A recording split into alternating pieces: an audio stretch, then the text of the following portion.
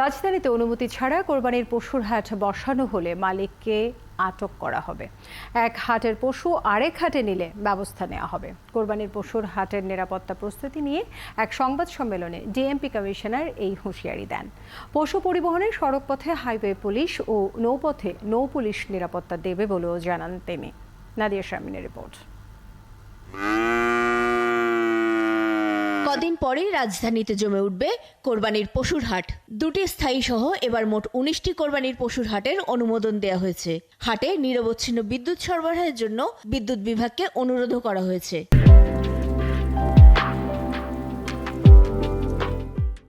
কোনো অবস্থায় যেন গরু রাস্তার উপরে না আসে এবং রাস্তার উপরে ট্রাক থেকে গরু নামানো না হয়। ফাঁকা জায়গা পেলেই কেউ কেউ সেখানে হাট বসানোর চেষ্টা করে। কঠোরভাবে আমাদের পুলিশের প্রতি নির্দেশনা আছে, এই ধরনের যে কোনো ধরনের অপতৎপরতা রোধ করা হবে। যদি এখানে হয়ে থাকে তাহলে সেই সমস্ত গরুগুলো আমরা কিন্তু সিজ করে নেব, মানুষজন সহ।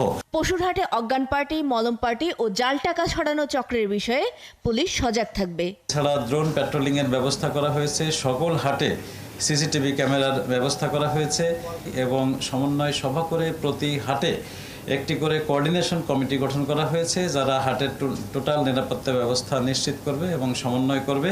তারা নিজের একটি হোয়াটসঅ্যাপ গ্রুপ খুলে নিজেদের মধ্যে যোগাযোগ করবে, যাতে কোনো ধরনের কোনো সমস্যা তৈরি হতে না পারে।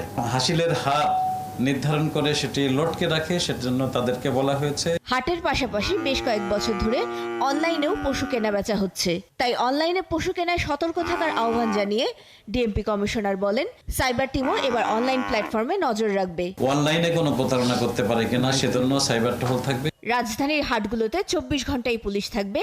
যে কোনো প্রয়োজনে 999-এর সাহায্য চাওয়ারও আহ্বান জানান ডিএমপি কমিশনার। নাদিয়া শারমিন, 71, ঢাকা।